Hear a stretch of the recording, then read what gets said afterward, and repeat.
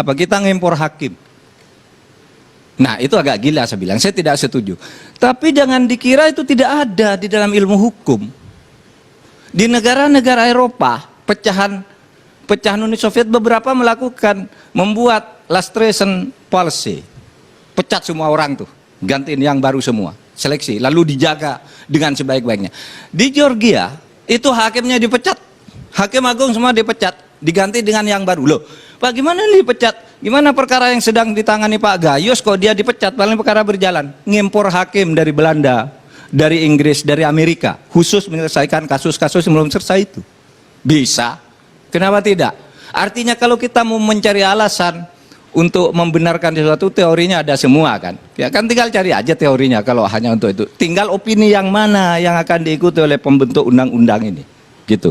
Nah, oleh sebab itu, kalaulah kita perlu melakukan rombak total itu, saya bicara pada hal-hal itu tadi, tidak harus mengimpor hakim, itu pasti tidak kita kehendaki, itu hanya membuat kita malu, tetapi ada beberapa hal yang bisa dilakukan.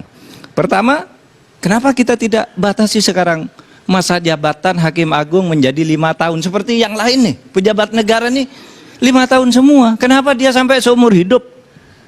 Kenapa tidak buat undang-undang 5 tahun diseleksi ulang, mau terus boleh, masih bagus boleh, tidak berhenti? Kenapa tidak buat undang-undang seperti itu? Gitu. Orang akan mengatakan, wah itu kan sudah banyak hakim agung karir dari bawah. Kalau undang-undang mengatakan itu boleh, kan dia juga tidak ditutup hanya untuk jadi hakim lagi. Yang kedua, ya pendekkan aja masa pensiun ini biar tidak numpuk di situ. Kenapa dulu diperpanjang lagi kan? Sebenarnya dulu mafianya itu ada di DPR dan di Mahkamah Agung juga, Pak. Tapi belum ada Anda di situ. Ketika itu belum ada waktu itu. Gini ceritanya. Ketika Komisi Yudisial itu dipangkas kewenangannya, Komisi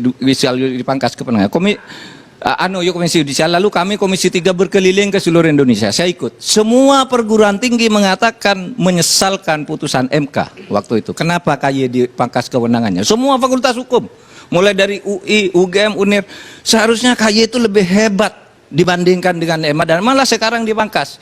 Nah, lalu direncanakan membuat 3 undang-undang karena terlanjur ada putusan itu, yaitu undang-undang KY karena sudah dipangkas itu, undang-undang MA, kemudian undang-undang Mahkamah Konstitusi. Disepakati KY dulu. Tapi tiba-tiba sesudah saya keluar dari sana, yang muncul apa? Undang-undang Mahkamah Agung dulu, sehingga ketika membahas undang-undang KY ini sudah tinggal ampasnya. Itu sudah jadi undang-undangnya kemarin. Belum ada Anda, Pak, belum ada Pak Akbar, belum ada Mas Desmond di sana. Saya masih di sana sama Pak Gayus. Lah ini mafia apa lagi, saya bilang. Harusnya nih KY dulu ditentukan batas-batas yang kuat, baru yang lain nih ngikuti agar hakim ini bersih.